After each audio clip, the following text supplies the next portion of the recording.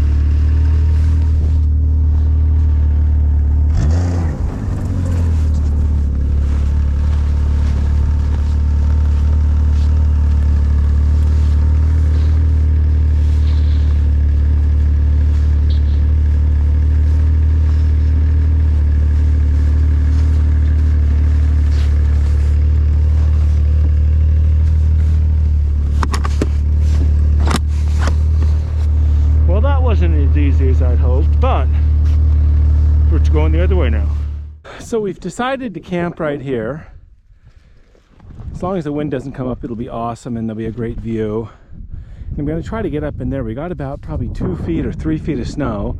So I'm going to get up in there with my snow machine. I'm going to unhook it from the trailer and see if I can get that packed down and if we can put a tent on it.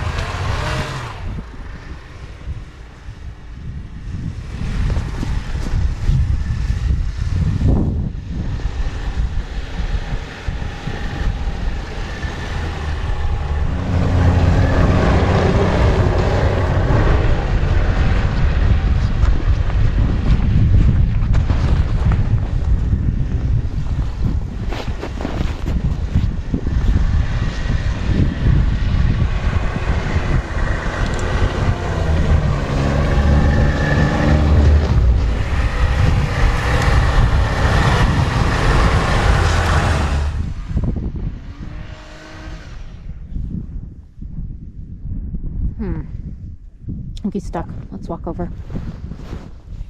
Yeah, he's stuck. I'm gonna turn this off for a second. Well, I was going to say you made it look like it wasn't deep. I know. Oh my gosh. I got it.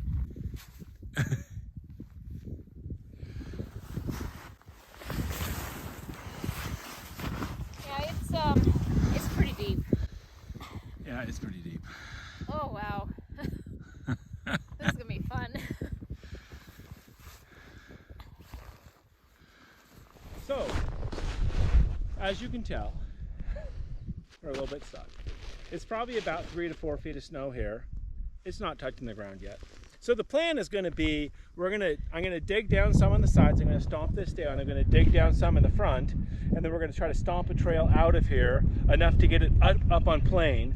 And the place that's really stuck the most is right in front of the track behind the skis. They call it the tunnel. And when that gets high centered, basically, it takes the weight off of everything, and that's how you get stuck. So I'm going to stomp around here, dig out some, but I need to clear that tunnel out and right underneath the machine. And so we'll do this. We'll check back in a minute. Now what I'm trying to do, I've dug out around the machine, and I'd like to think it'll get going.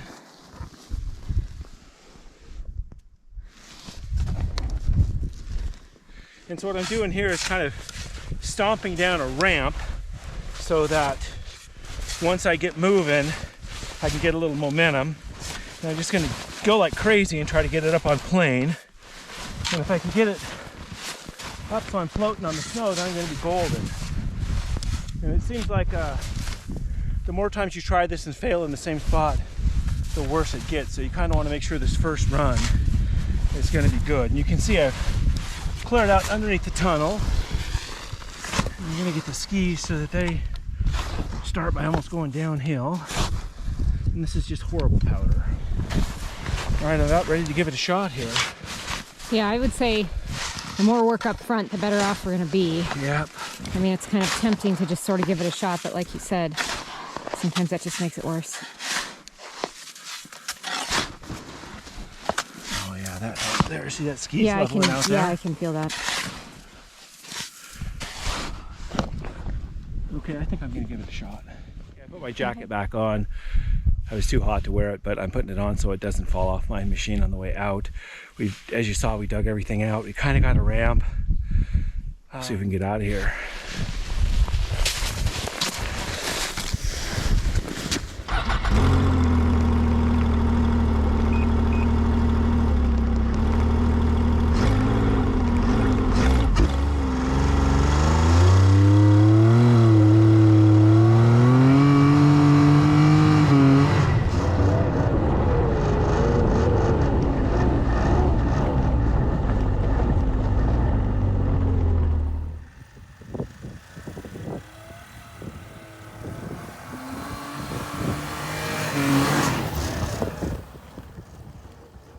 Okay, not so bad.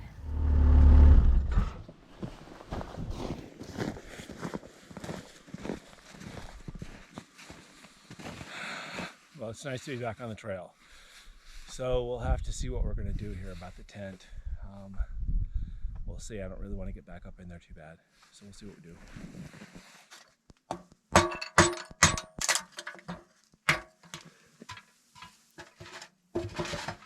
So I got one piece of wood in there, and I'm going to put bunch of dryer lint in there.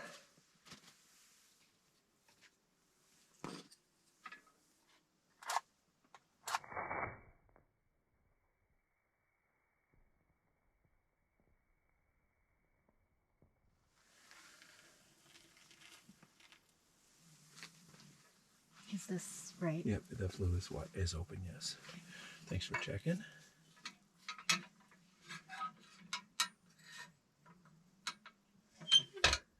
That's gonna go.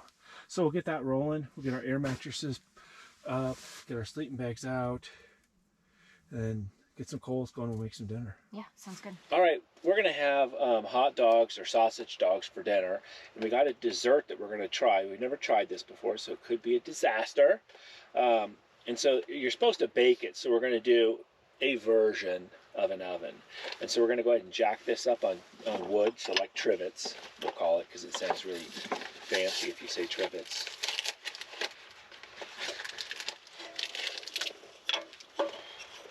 Here's yours. Just like that's good. There.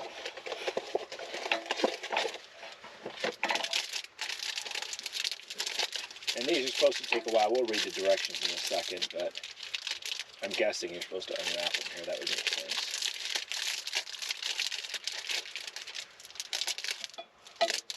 There.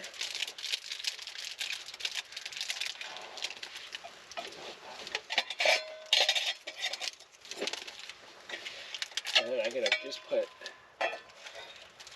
whoops, that's touching those, so I guess I'll put it this way.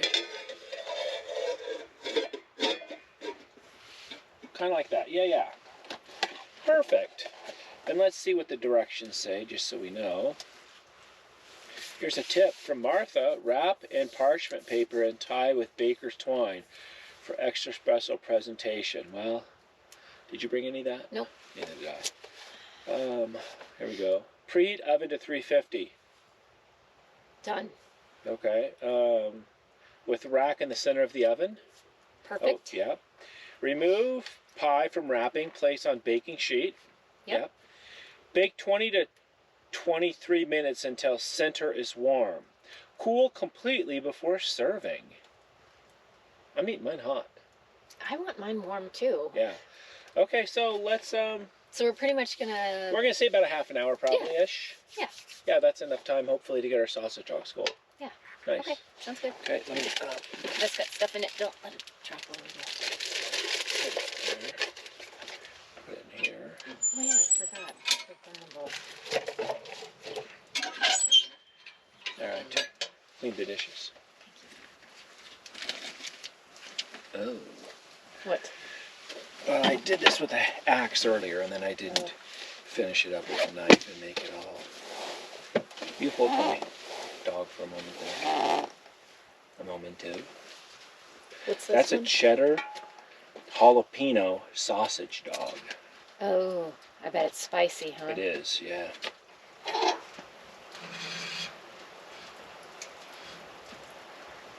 I kind of want it on autopilot because I don't have to work very hard. Put my foot right there. There we go. Perfect.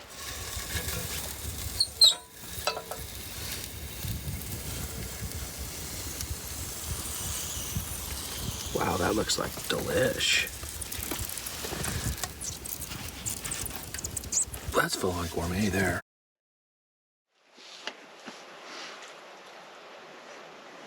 It's your spit.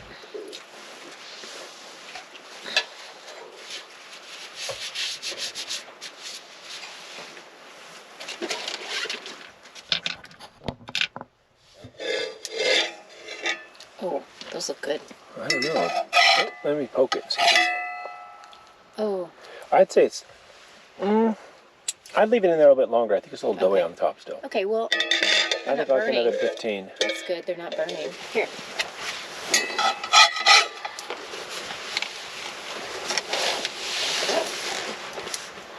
That looks pretty good. Tasty.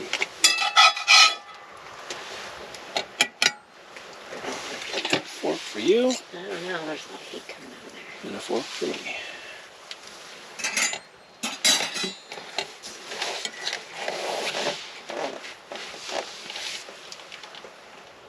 Yep, I think that's a good one.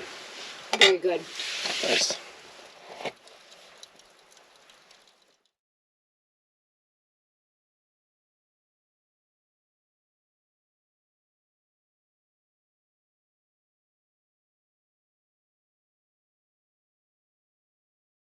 So we're going to make breakfast and have coffee, of course. That's kind of where breakfast starts, I think. Should we try the outhouse blend, or should we go with our standby? Let's go for the outhouse blend. Okay, outhouse blend it is. So, meanwhile, we're going to make breakfast as well. And this is biscuits and gravy by Mountain House.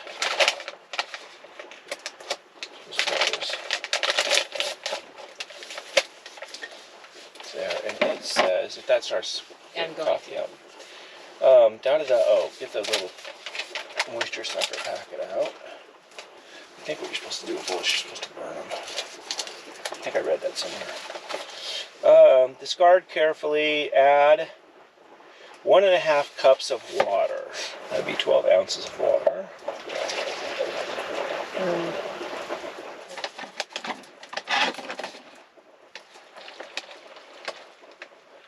There. You're probably supposed to stir that up a little bit.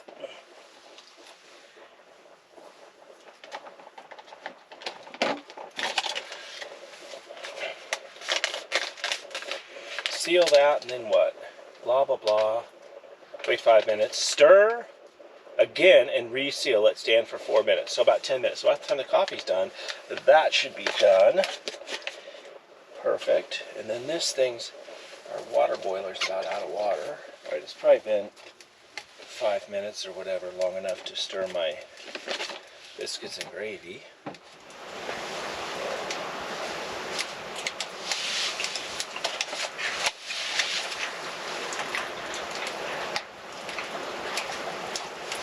That has really good flavor. I like that. One of my things that I really like about winter camping is that, well, we've been out here almost a day now. Yeah. How many people have you seen? Well, 0. Just the right amount, yeah. I mean, it's nice to bump into other people. When I went to the Iditarod, there were hundreds of people. Yeah. But the place that I went, the mushers went by and said hi. There was somebody across the way that talked to me a couple of times. So by and large, it was kind of like I was out in the middle of people by myself. Yep. So anyway, I had asked you about this there's this orange thing, and I think you have one on your side. Yeah. I've never read it. I can't believe that, because you've had this tent for a while now. Yeah, probably 4 years. Yeah. 5 years. So I took a picture of it because it's hard to read when you just like that, but it's kind of funny, a little bit funny. Is it the warning or directions? It's a the typical warning. I'm sure the lawyer said you need to put this on your tent. Oh, that's sad. Well, I mean, lawyers kind of run the world now, they though, do, it seems kind like. of. Oh, darn it, I don't have my... So it says the fabric used in the construction of this tent is fire retardant. Note, fire retardant material will burn and melt if exposed to flame or excessive temperatures. The material will not continue to support combustion when the flame is removed. Should this tent be used with the vent holes blocked, an airtight situation would develop and death could occur. And so those are those air hole things, And so I think they're saying if you have... Oh, you got to have oxygen for your stove and oxygen for your human. Well, but so that's part of what gets the stove to be able to go to is, those vent holes, all right. whatever. But anyway, so you're not supposed to block those. Which, right? Sometimes it's so hot in here that it's nice to... Oh, yeah. It's like right now, we have the opening is open, but the rain fly is zipped mostly shut, not all the way. We opened it up part way because it's hotter than Hades in here. Yeah, so this is one of my favorite parts because, well, there's a couple, but notice the tent comes complete with a, what's that called? Stove jack. Stove jack, okay, implying you should put a stove in here, right? Oh. Does that imply that? Okay. Well, I've never thought about having a campfire inside of a tent if that's where you're going with this. No, it's not. Okay. But lighting or heating devices are never recommended for use inside a tent. Okay. I thought you were going to say you can't build a campfire in it. Well. That would have been even better. But, no, it says devices, this would be a heating device, and it says it's never right. So that's why I'm saying a lawyer obviously said, hey, you need to put this on there. You run the risk of fire, oxygen depletion, or carbon monoxide poisoning. Fair. So this is my favorite part. This tent is a specialty product designed to be used by people who utilize common sense in It's not very common. their approach to cold weather camping. This is a tent, not a motorhome or travel trailer. I can't drive it anywhere? Oh. If you aren't sober or responsible, you shouldn't be using this product. Disregard for this warning could result in death or serious injury. Wow. But so, in case you were wondering, this is not a motorhome. Well, it makes sense. If you're drinking, you shouldn't be driving, and so you shouldn't drive your tent if you've been drinking. Well, and I can see, I mean, you do have to have a certain amount of safety with the stove or whatever heating you decide to put in here, but it's clearly intended to have something to produce heat because it comes with a stove jack. Well, they sell stoves right next to them. In fact, when they've set it up in their display center, they all have stoves inside of them. Okay. Well, you're not supposed to use them in here, though. It's not intended. So I thought that was funny. That's interesting. And the audacity to say that, gosh, you need to have common sense. Well, so by default then, what I'm getting out of that is they're saying that I have common sense because I use this, and so far I haven't Successfully. died. Yeah. And I haven't drove it anywhere either, by the way. Great. I've thought about it. Oh, putting it like on the top of your car. No, Rooftop. instead of riding my snow machine back, I was thinking about just driving my tent back to the trailhead where the truck is. Yeah. The other thing that made me wonder is they said that if you're intoxicated, you shouldn't use your tent. So if you go out and it's minus 40, you got to read it again, huh? Well, did it say you should? I guess it said you shouldn't use this product.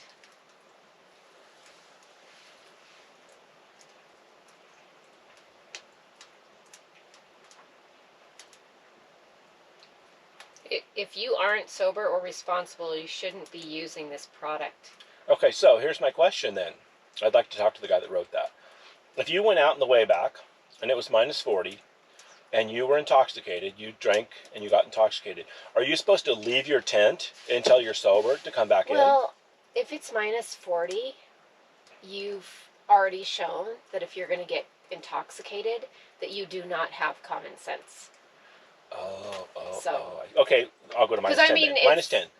No, At minus 10. No, that's not a smart thing to do in the extreme cold weather, which is what this is for. And I have nothing against, All right. Just nothing checking. against drinking. It's just that, again, they put in the common sense clause. Huh. Well, I'm sure that I've never met anybody yet who said, I don't have any common sense at all. I know. Even people that I would pass judgment upon, which I probably shouldn't do, and think, golly gee whiz, that person is lacking in common sense. If you ask them, I am certain that they would say, I am, number one, the smartest person you've ever met, and number two, I have a ton of common sense. Mm-hmm. Clearly a lawyer, and I keep coming back to that, nothing against lawyers, but they had to write that so they don't get sued if something happens, because people will sue. But yeah, the world's run by lawyers. But to be able to put the word common sense in there is pretty funny to me, because, boy, we certainly can't say that these days. No.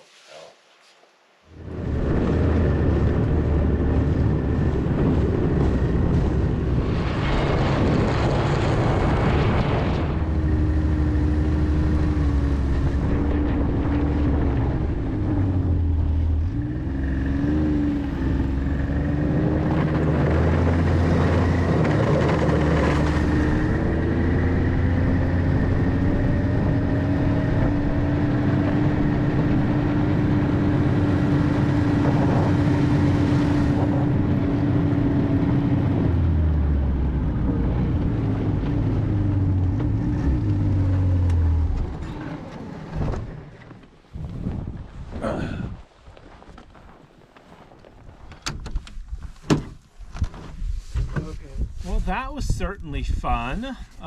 Great adventure, great trip out in the backcountry. Gorgeous day today. All right. Thanks for coming along today.